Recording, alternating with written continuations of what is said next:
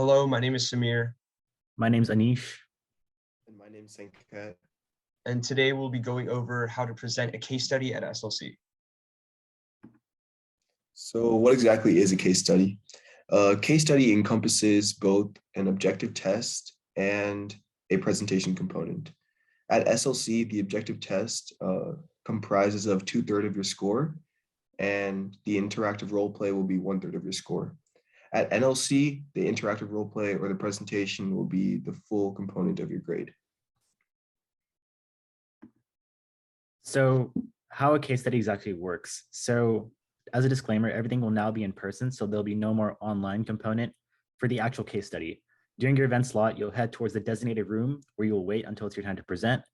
Once you're at that room, there'll be a designated proctor who will give you a prompt and will keep the time for you, so you don't have to worry about that. Every team will receive 20 minutes of prep time to prepare the actual components of their case study, and then they'll have 7 minutes to present those components. Be aware that during your presentation, the proctors and the judges will ask you about various parts of your case study. But after 7 minutes is up, the judge will stop the presentation no matter where you are, which means you have to wrap up your case study in a normal amount of time. Each person in the group will have up to 2 note cards to write down their notes and any ideas that they might want to present. And you're allowed to look at it during your presentation. Okay, so some tips when you're presenting. So first is you want to maintain eye contact and speak with a pronounced tone. As Anish said, you'll be given note cards, but you don't want to read directly from those note cards. Otherwise, you'll lose your ethos. But you also don't want to speak too fast, nor you don't want to speak too slow. If you speak too fast, then you end the presentation too quickly. But if you speak too slow, you won't be able to get to everything. Some general tips in terms of preparing for the speech is first, notice the time split. The presentation should be evenly split. You don't want to have one person like ranting on and monopolizing the speaking time. Second is the pregame. You want to have a plan and set aside how much time you need for reading the prompt, writing the script, rehearsing, etc. You don't want to read the prompt for the first 15 minutes and then only have like 3 or 4 minutes to write the script. Third is adaptability. As Anish said before, the proctor's questions will happen during the speech at any given time, which means that those questions will eat up 7 minutes of or part of the 7 minutes of presentation time, which means you might need to skip your third solution just to get to the conclusion, because you always want to get to the conclusion. So after knowing the procedure and the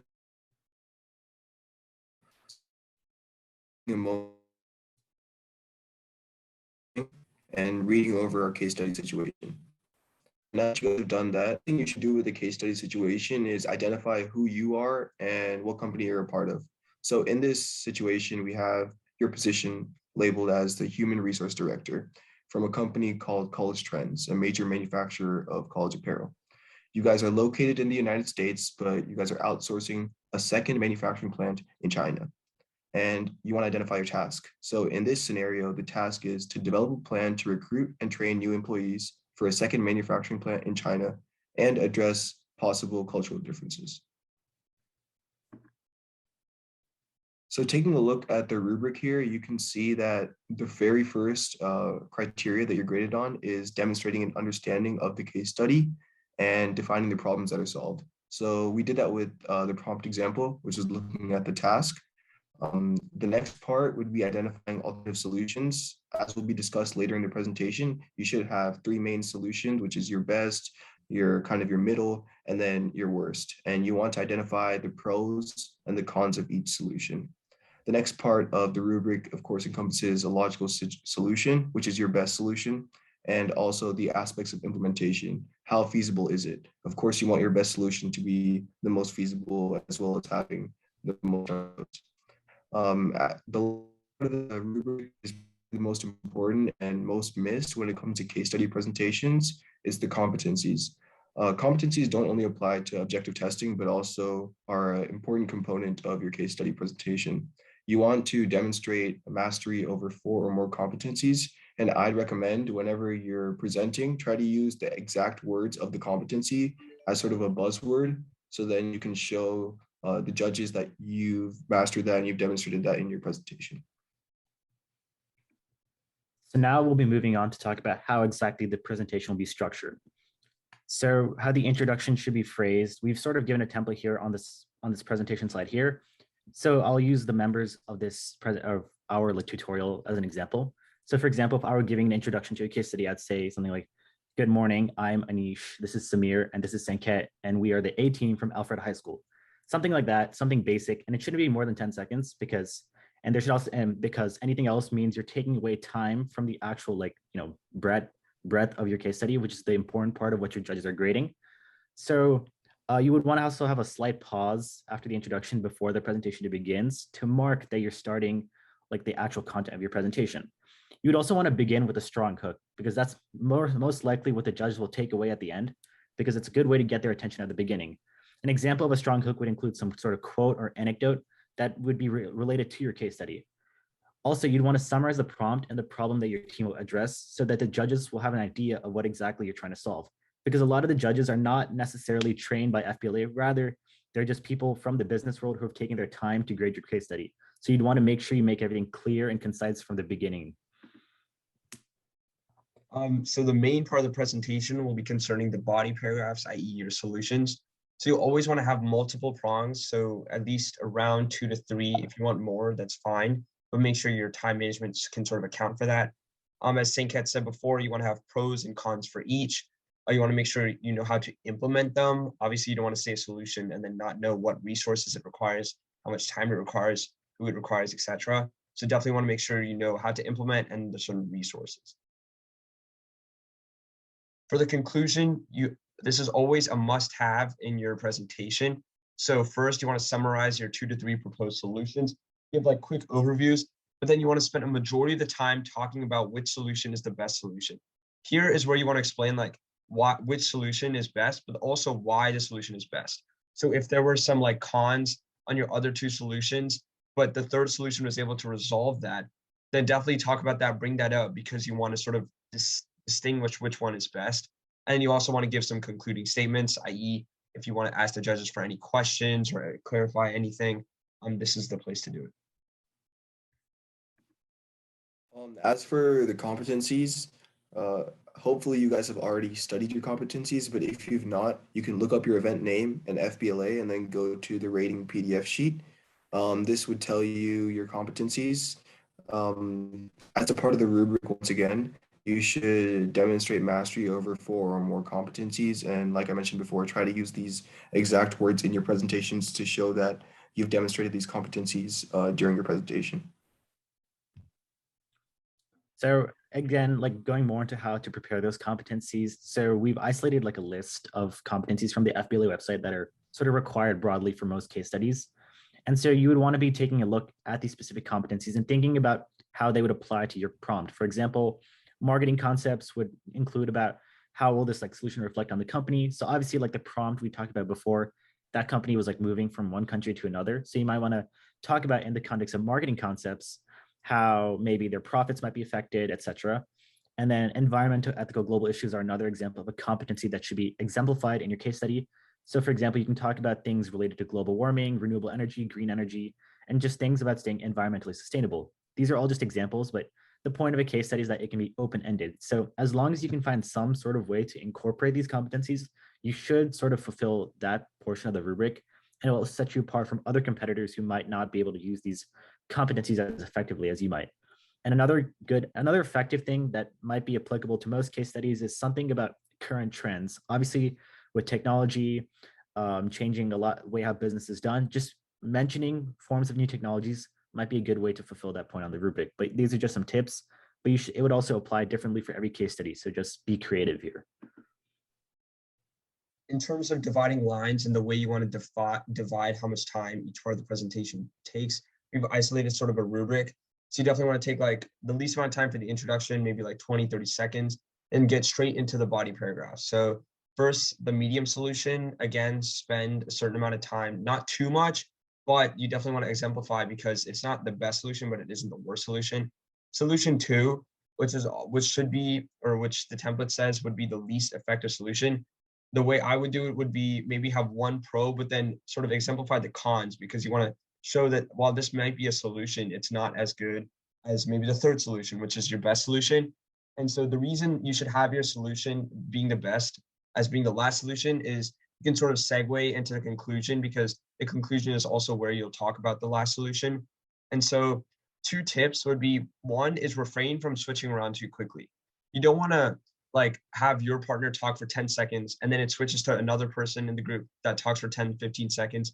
And then you're talking for 10, 15 seconds, because then the judges are switching around, taking notes, but then they're also, the speakers are switching up. So each speaker isn't able to have like a moment of ethos determining or like regarding one of their solutions.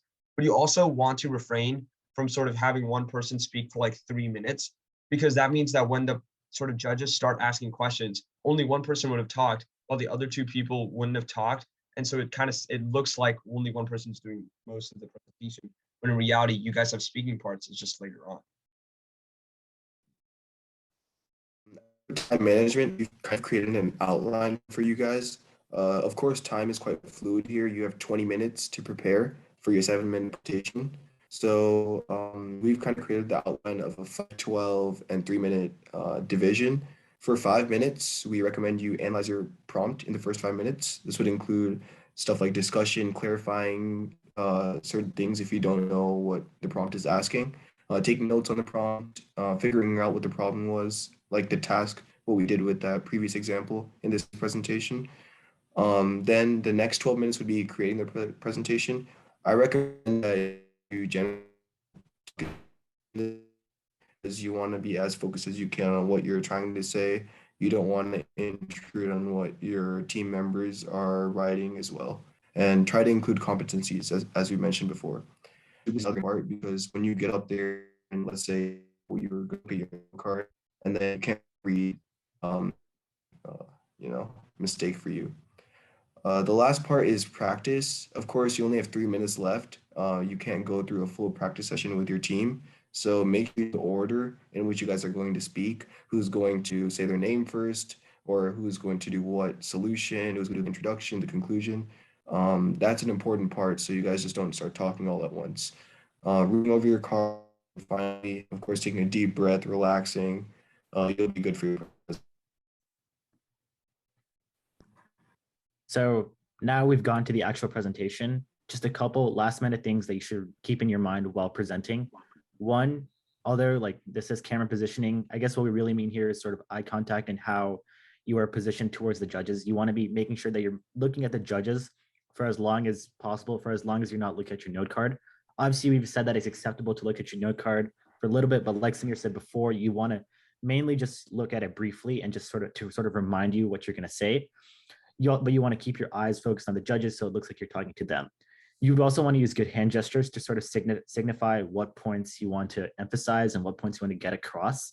And you want to make sure your facial expression also reflects the importance of whatever you're saying. You might want to, raise your eyebrows or maybe make a more expressive expression if you're trying to make something more emphasized. Also keep in mind the time. A good tip for this is sort of during your preparation, you want to allocate like just in your mind how much time. For example, you might say like one person spends 1 minute on this prompt and another person spends 1:50 on this prompt, for example, so that as you're looking at the timer, you can sort of keep in mind about when to move on and when to stay talking about your subject. Another thing is enunciation. You want to make sure you're speaking clearly and concisely to avoid sort of rambling and appearing as like a non-credible speaker. And the last part of it is your environment. You want to make sure you're aware about your surroundings, maybe like how big the room is, how loud you might have to speak, where to look at your judges, etc. In terms of the dress code, there are like 2 sections. So obviously the first section is acceptable attire, and then the second section is unacceptable attire. So part of the rubric for the presentation and also part internally, what those judges will sort of internalize is that if you are showing up like dressed as improper, then they will take away points from your rubric, even if it's not in like an explicit section. Let's say you're showing up in jewelry or you're showing up in shorts, which I hope to God none of you all are showing up in shorts to see. But if you are, judges are going to realize that. And parts on the rubric where it talks about ethos and speaking, judges will sort of take away points because you're not really as professional if you're showing up in things like athletic clothing, etc. Definitely want to make sure you're in acceptable attire. Mr. Hatcher will there will be emails out in the future about what is garnered acceptable, i.e. if you have to wear an FBLA tie or not, etc. So for the final part, we want to discuss how can you prepare for a case study, because a case study can encompass so many different topics and it's such a wide variety of stuff that it can encompass under your event. So the first thing, as Anish had mentioned before, you want to find quotes and anecdotes for your introduction, because that's what the judges will remember at the end. You want to prepare your competencies very well and include them during your presentation. And one of the most important parts is finding out your team's strengths. Maybe you have a team member who's very strong at an introduction and very good at, in general, just speaking and introducing your solutions. And then you may have another team member who's good at the nitty gritty, what exactly the solution's encompassing, the feasibility, the pros and the cons. So he may take the best solution. So stuff like that, knowing your team's strengths is an important part of excelling at a case study. So that is sort of our comprehensive guide on how to present a case study. Thank you for watching this video. If you have any questions, feel free to reach out to any one of us or the Alfred FBLA email, and we'll be more than happy to answer any questions you have. You can also go to Mr. Hatcher's room in room 1271, and he will also answer whatever questions you may have. But thank you for watching this video. There will also be a Q&A session where, like, make sure you check your emails for like an hour. You'll be able to join a Zoom call where us three and other FBLA officers will be on the call to answer your questions. But yeah, thank you.